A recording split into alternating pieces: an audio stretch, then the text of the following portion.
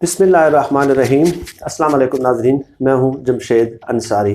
नाज़रीन, मुत्तहिदा अरब अमारात ने कोरोना वायरस के हवाले से झूठी खबर देने वाले किसी भी शख्स को 10 लाख दिरहम जुर्माने का कानून पास किया है।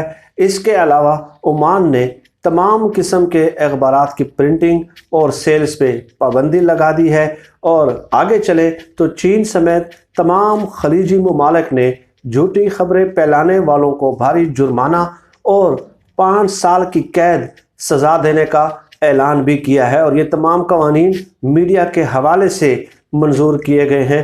चुनांचे हम देखते हैं कि खलीजी ममालिक या ओमान या मुत्तहिदा अरब अमारात का जो तमाम तर मीडिया है वो सब तीर की तरह सीधे हैं और कोई भी फेक न्यूज़ फैलाने की या झूठी खबरें देने की उनको हिम्मत नहीं हो रही। लेकिन दूसरी तरफ आ जाए पाकिस्तानी मीडिया पे, तो पाकिस्तानी मीडिया पे यानी कई पहलू है। तो एक मैं कौन कौन से पहलुओं पे बात करूंगा, लेकिन एक दो पहलुओं का अहाता करने की कोशिश करूंगा मैं अपनी इस वीडियो में कि पाकिस्तानी मीडिया पे एक प्रोग्राम होता है और प्रोग्राम का टाइटल ही यही होता है कि क्या कोरोना वायरस जो है वो गर्मियों में ख़त्म हो जाएगा, अब या कोरोना वायरस गर्मियों में ज़िंदा रह सकता है या नहीं रह सकता। और जो पैनलिस्ट बैठे हैं वो आम रोज़मर्रा के तज्ज़ियाकार होते हैं। फिर कहते हैं कि आप जो मीडिया पे तनकीद क्यों की जा रही है, मेन स्ट्रीम मीडिया पे आप क्यों तनकीद कर रहे हैं।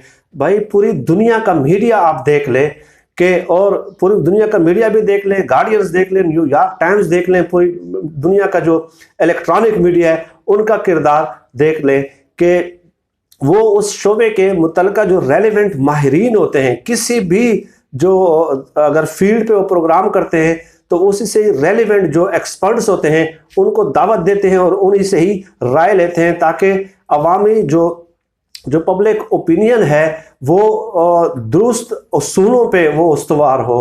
अब आप बताएं कि एक आम तज्ज़ियाकार का क्या ताल्लुक इस बात से कि वो कोरोना वायरस गर्मियों में ज़िंदा रह सकता है या नहीं रह सकता। यानी वो यकीन करें एक मसखरा है, मसखरा इस किस्म के प्रोग्राम करना, एक तंज करना है, कौम के ज़ख्मों पे नमक छिड़कने के मुतरादिफ है। मैंने कल ही आपके साथ एक स्टोरी शेयर की थी गार्डियन के हवाले से कि गार्डियन न्यूज़पेपर ने ये जो एक दावा किया और वो दावा ये किया कि ये जो कोरोना वायरस है वो 1 साल तक फैलेगा और हर शख्स जो जिसमें मामूली सिम्टम्स हों क्या उन्हें अस्पतालों में जाके टेस्ट करना चाहिए या नहीं करना चाहिए। तो गार्डियन ने नेशनल हेल्थ सर्विस जो बरतानिया का इदारा है उनके माहिरीन से आराली, उनके माहिरीन से सवाल और जवाब किए और जिन सवालों का माहिरीन ने जवाब दिया, रेलेवेंट माहिरीन ने, उन्हीं जवाबों को उन्होंने पब्लिश किया। तो ये होता है मीडिया का एक किरदार कि बिल्कुल। और इससे भी 2-3 दिन पहले सलीम साफ़ी साहब ने एक खबर दी थी कि लाखों वेंटिलेटर्स इमरान खान साहब खरीद लो और फिर ये ना कहना कि हमें मशवरा नहीं दिया गया। तो मैंने उस पर भी आपके साथ न्यूयॉर्क टाइम की एक स्टोरी शेयर की थी कि न्यूयॉर्क टाइम ने दुनिया में जो वेंटिलेटर्स बनाने वाली जितनी भी बड़ी कंपनीज हैं उनके डायरेक्टर्स से इंटरव्यू किए और कैसे वो सवाल और जवाब अपनी उस स्टोरी में पब्लिश किए कि वेंटिलेटर्स जो है वो 1 साल से कम मुद्दत में, यानी कि जो लाखों का दावा है वो उनका ये कहना है, उस स्टोरी में ये मौजूद था कि जर्मनी ने 10,000 वेंटिलेटर्स मंगवाए हैं इमरजेंसी में। तो जो वेंटिलेटर्स बनाने वाली कंपनीज हैं उन्होंने इनकार कर दिया और 1 साल की मुद्दत तलब की है। यानी इस तमाम तरह बहस का मेरा मकसद ही यही है कि वो अब देखें वेंटिलेटर्स के हवाले से न्यूयॉर्क टाइम अगर कोई स्टोरी दे रहा है तो वेंटिलेटर बनाने वाली जितनी भी कंपनीज हैं उनके जो डायरेक्टर्स हैं, उनके जो रेलिवेंट ऑफिसर्स हैं उनसे इंटरव्यूज़ कंडक्ट करते हैं। सेहत के हवाले से, टेस्ट के हवाले से अगर कोई इंटरव्यूज़ देना हो तो वो गार्डियन वाले तमाम नेशनल हेल्थ सर्विस के नुमाइंदों से रब्ता करते हैं, ऑफिसर से रब्ता करते हैं, डॉक्टर से रब्ता करते हैं। लेकिन हमारा मीडिया शुतर बेमहार है। हर बंदा, हर तज्ज़ियाकार दुनिया के हर मौजू का एक्सपर्ट है।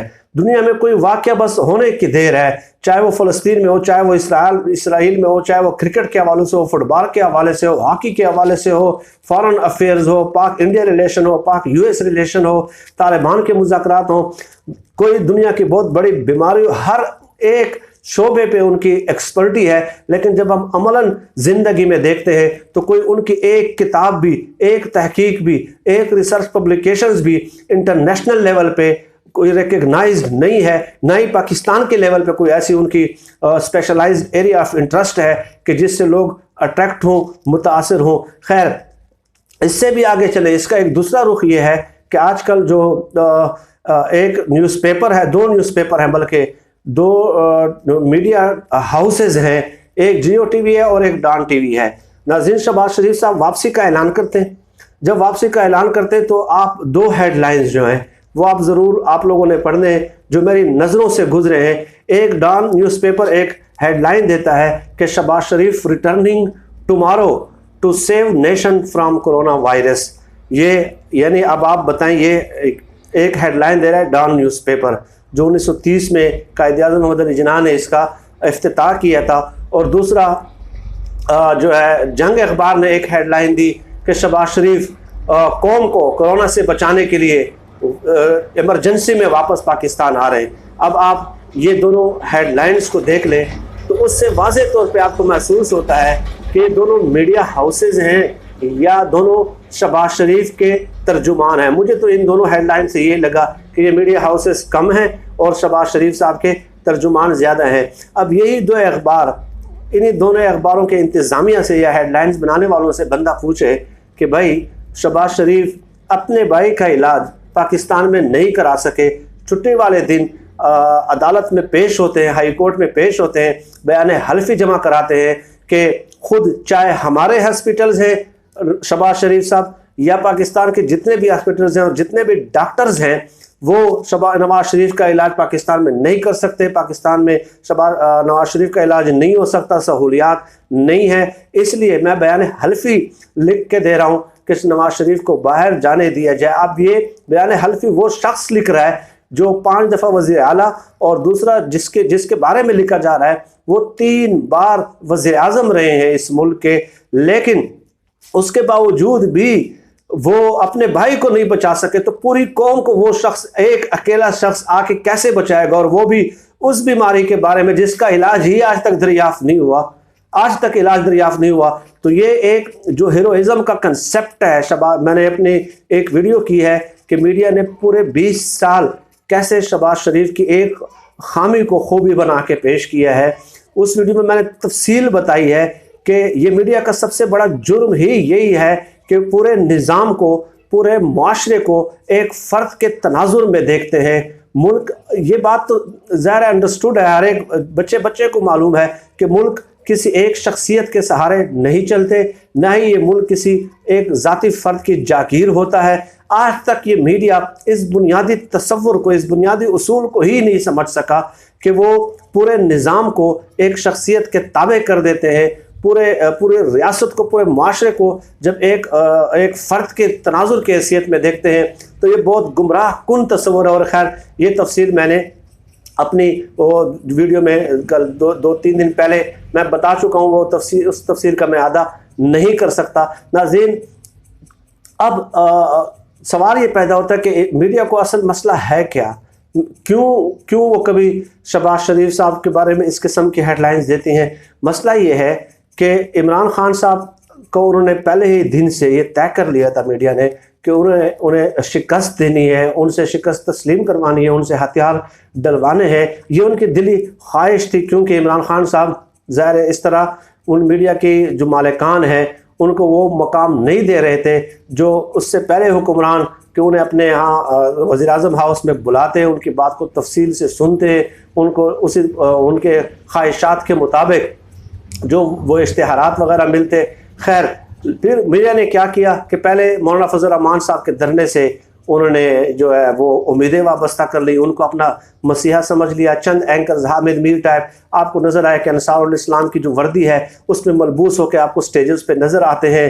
और हामिद मीर साहब ने यह भी उस वक्त दावे किए कि इस मौलाना फजल रहमान साहब के जो धरना है, जो आज़ादी मार्च है, उसमें 10 लाख नून लीग के लोग आपको नज़र आएंगे। लेकिन उन शरीफ बरादरान की हिस्ट्री शायद हामिद मीर ने न पढ़ी हो, लेकिन हमने पढ़ी है कि कि उन्होंने कैसे उस मौके को अपने हक में इस्तेमाल किया और वो बाहर फरार हो गए, नाकाम। तो इस तरह मौलाना फजल रहमान साहब भी नाकाम और नामुराद लौट गए, और इस तरह मीडिया की दिली ख्वाहिश भी दिल में अधूरी रह गई। उसके बाद आपने देखा कि कोई मुअस्सर अपोजिशन इमरान खान साहब के सामने मौजूद नहीं थी, सब तितर बितर थे। शरीफ फैमिली फरार हो गई, आज़ादी मार्च ख़त्म हो गया। तो अब जबकि ये कोरोना वायरस आया तो उनकी जो दिली ख्वाहिश है एक बार फिर वो भर आई है, वो फिर उमड़ने लगी है, वो फिर उछलने लगी है। तो इसी तरह अब मुराद अली शाह को, चूंकि मुअस्सर अपोजिशन तो थी नहीं, एक खला था, एक स्पेस था, कोई भी इमरान खान साहब के सामने यकसू होके कोई अपोजिशन किरदार अदा नहीं कर पा रही थी। तो मुराद अली शाह ने चंद 3 4 5 ऐलानात किए और फिर मीडिया ने मुराद अली शाह को एक हीरो बना के पेश करना शुरू कर दिया। इसी क्योंकि उस वक्त शहबाज शरीफ और कंपनी पूरे के पूरे मुल्क से बाहर फरार थी। अब जब शहबाज शरीफ साहब ने एक बार ऐलान कर दिया कि वो वापस आ रहे हैं, तो शहबाज शरीफ साहब को एक तिलिस्माती किरदार, तिलिस्माती एक करिश्मेटिक पर्सनैलिटी की सूरत में पेश करना शुरू कर दिया। और ये सब का सब कुछ इमरान खान साहब के बुग़्ज़ में और तासुब में किया कि चूँकि इन दोनों ये दोनों पर्सनैलिटीज़ डोमिनेंट हो जाएंगी और इमरान खान साहब बैकग्राउंड में चले जाएंगे। यानी दैट मीन्स कि अपोजिशन की गैर मौजूदगी में मीडिया ने अपोजिशन की जंग लड़ी है। और आज भी जब सियासतदानों को और मीडिया को कोई जेन्युइन रिजल्ट नहीं मिल पा रही क्रिटिसिज्म की, क्योंकि कोरोना न इमरान खान साहब की वजह से आया है, न ही इमरान खान साहब ने ये दुनिया में फैलाया है, ना ही पाकिस्तान में इमरान खान साहब ने फैलाया। 194 कंट्रीज तक ये कोरोना वायरस अब पहुंच चुका है। ये नई जो ताज़ा डेवलपमेंट है, 194 जो कंट्रीज हैं उस तक ये फैल चुका है। दुनिया का कोई एक मुल्क भी इससे महफूज नहीं है। अब जब कोई चूरा नहीं मिल रहा तो मीडिया और अपोजिशन ने मिलके ये एक वावेला शुरू कर दिया कि इमरान खान साहब अपनी जबान से कहे कि लॉकडाउन हो चुका है, मुकम्मल लॉकडाउन हो चुका है। हालांकि आप अमलन प्रैक्टिकली खुद फील्ड में जाएं, विजिट करें पूरे पिंडी इस्लामाबाद का या मुख्तलिफ शहरों का, तो मुकम्मल तौर पे लॉकडाउन हो चुका है। लेकिन इनको बहाना क्या मिला है कि आप अपनी ज़बान से कह दें कि बस लॉकडाउन हो चुका है। भाई अब ये जो है इस किस्म के जो किरदार है मीडिया और अपोजिशन का, इतने संगीन क्रिटिकल हालात में पूरी कौम को उन्होंने तकसीम करके रख दिया है। और लॉकडाउन की एक तारीफ पे, एक तशरीह पे ही वो उनका पूरा फोकस है।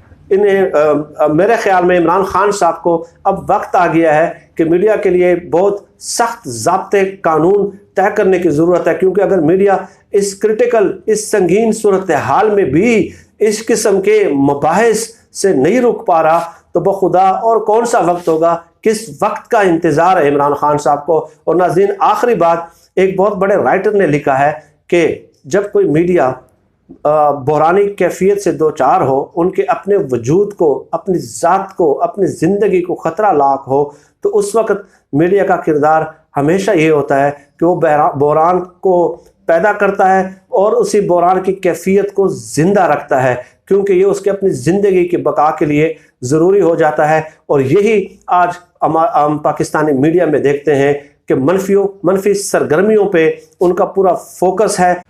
आज के लिए इतना ही नाजरीन, इस पे मज़ीद आपसे मुलाकात होती रहेगी, मज़ीद आपसे बात होती रहेगी। आप सब लोग अपना बहुत बहुत ख्याल रखिएगा और मुझे अपनी दुआओं में याद रखिएगा। अल्लाह हम सबका हामी और नासिर हो। पाकिस्तान जिंदाबाद। अल्लाह हाफिज़।